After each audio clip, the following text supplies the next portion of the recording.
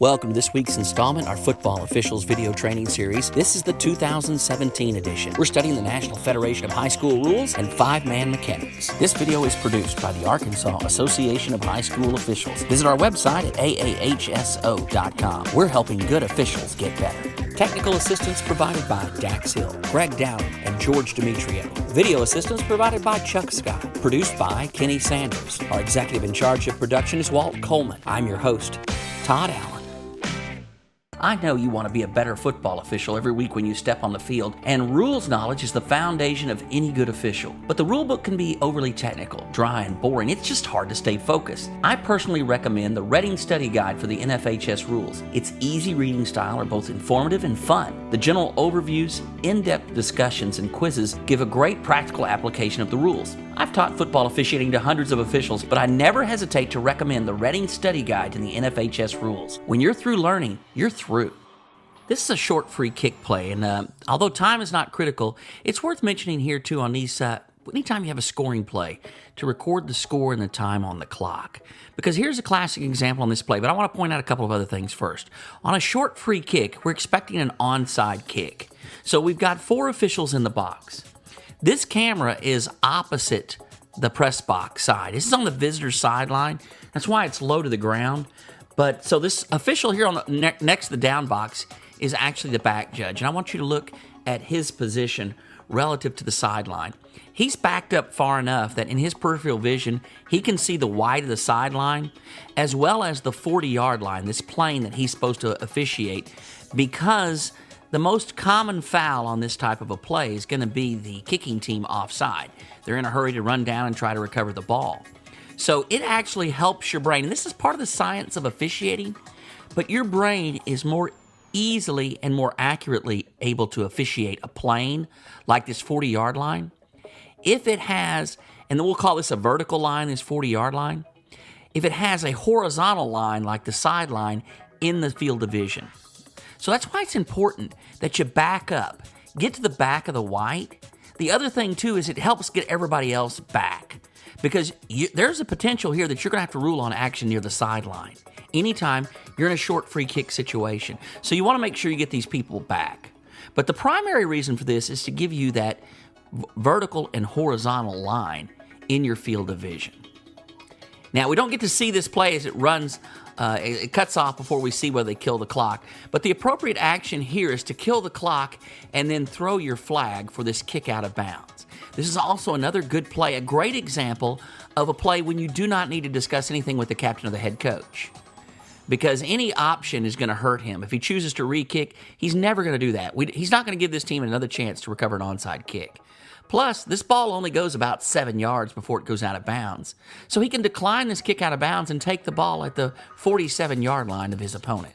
That's great field position. There's no better option. No reason to discuss any options. Okay, let's take a look at this next play. And this has a couple of interesting elements that I want to talk about. We're going to be watching this player in the slot that I've highlighted here. And he's just going to simply go down and in, and the ball actually comes out on the other side of the field. The thing that I want you to watch is, first of all, the action of this receiver, how he looks up and sees the ball's gone to the opposite side of the field, and then gets on his horse and starts headhunting. You can see by this shot here, he's actually looking back at the quarterback, and you notice that his pace is very slow. But then he picks up, and watch this block right here. Bam. This is way behind the play. He's 20 yards behind this play. No need for this block at all. But what I want to talk about is the potential for this to be a blindside block, because that's what the crew discussed. And we talk about blindside blocks. We're talking about blocks that occur outside the free blocking zone against an opponent who doesn't see the block coming. Now, a blindside block is defined in the National Federation of High School Rules in Rule 2.3.10. And the prohibited contact is in 9.4.3N, which just says it's illegal to initiate a blindside block with forcible contact unless it's made with open hands. Now remember, these blocks have to occur outside the free blocking zone. Once the ball leaves the zone is gone and it never comes back. This play is difficult to see whether this is a blindside block because of the camera angle, but from what angle we have, it appears that he initiates his block with an open hand. I do not believe that this is a blindside block. You can make a case that it's a block in the back. And I think that although his approach is from the side, there's enough contact here that's strictly in the back. But what I like even more than either a blindside block or a block in the back is, again, let's go back and look at this. This block is initiated 20 yards behind the play. The player that he blocks is basically jogging and is out of the play. So I like this in the category of unnecessary roughness. There's just no need for this block. And notice the action of the defender that goes down. He's going down head first. Now, we know from our research that the greatest threat for traumatic brain injury or concussion is contact with the ground. And this kind of contact, blocks in the back, especially these plays that are way behind the play, there's just no need for them. We're going to clean up the game. This is going to be a foul, correctly called by this crew. Although there was some confusion, the official who threw the flag knew that something wasn't right. And his instincts and the referee's judgment helped him get this play, at least brought this potential touchdown back. This is a play that we want to talk about in our pre-games, about being behind plays, completely unnecessary blocks, and again, review the rule for blindside blocks and knowing exactly what is forcible contact. Although it's not initiated or not actually spelled out in the rule, we're taking forcible contact to be these players that knock, these fouls that knock players off their feet. Although that's not necessarily a requirement. That is a good indication. But you can see, if this was a blindside block, there's enough forcible contact here if he had not initiated this block with open hands that we would have supported this. We completely support this block because it's so far behind the play. 15-yard penalty here. Unnecessary roughness as we talk a little more about blindside blocks. All right, let's take a look at this next play. And this one's going to involve offensive holding. But before I get into it, I'm going to try something a little bit differently here, where we actually break down and show mechanically who's looking at who in the play. And I want to tell you a little story before we do this. And this is a story about a youth league football coach. He goes out with his kids, lines them up, and says, run this play. And one of the players says, Coach, we can't run the play. We don't have a ball. And the coach says, all right, how many players are on the field at any one time? And the kids say, 11 on offense, 11 on defense, 22. He says, that's correct. And how many of those players have the ball at any one time? And the coach says, 1. He said, that's right. Today, we're going to work on what the other 21 players are doing.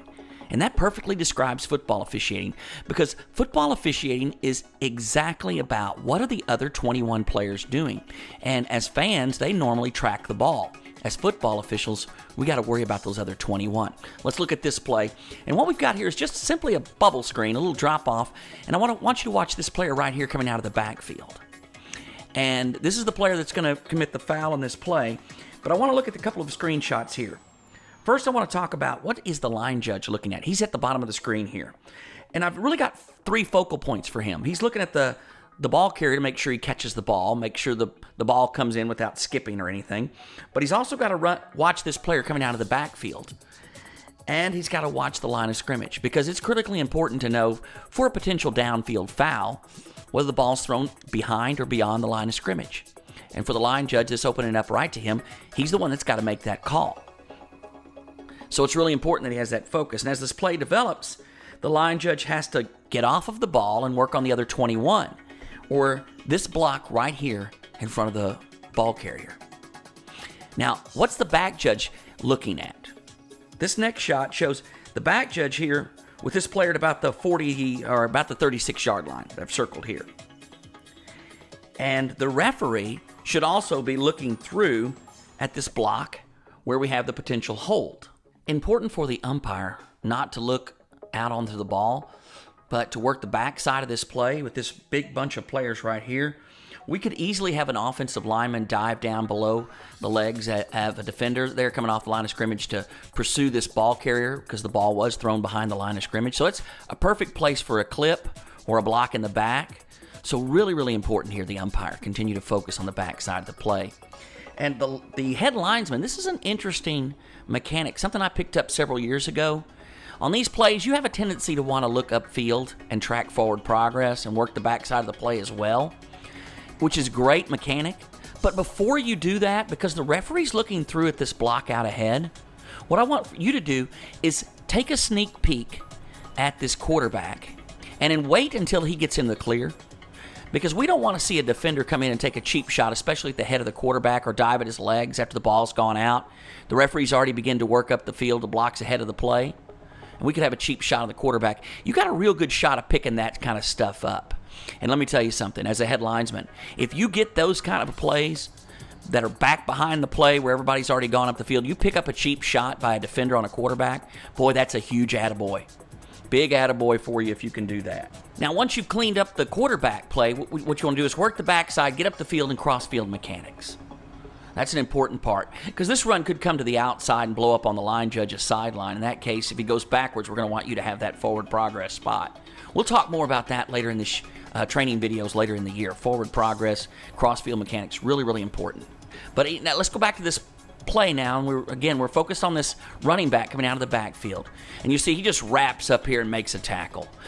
Great technique, great form. Defensive coaches would be proud. Wrong side of the ball.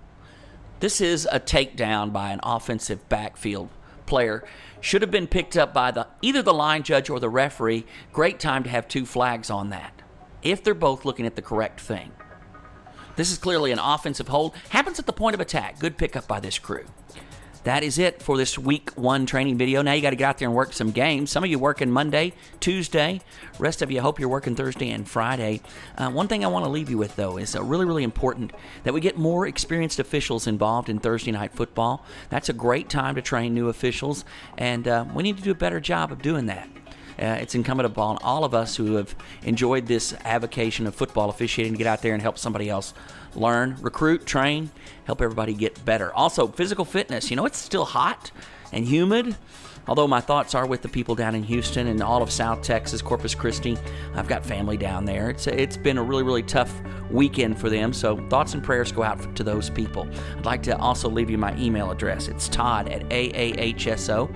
If you'd like to tell me how your crew's using the videos or what we might include to help you get better, we'd love to do that. The Arkansas Association of High School Officials, we're helping good officials get better. Until next week, Todd Allen saying, thanks for checking out the video.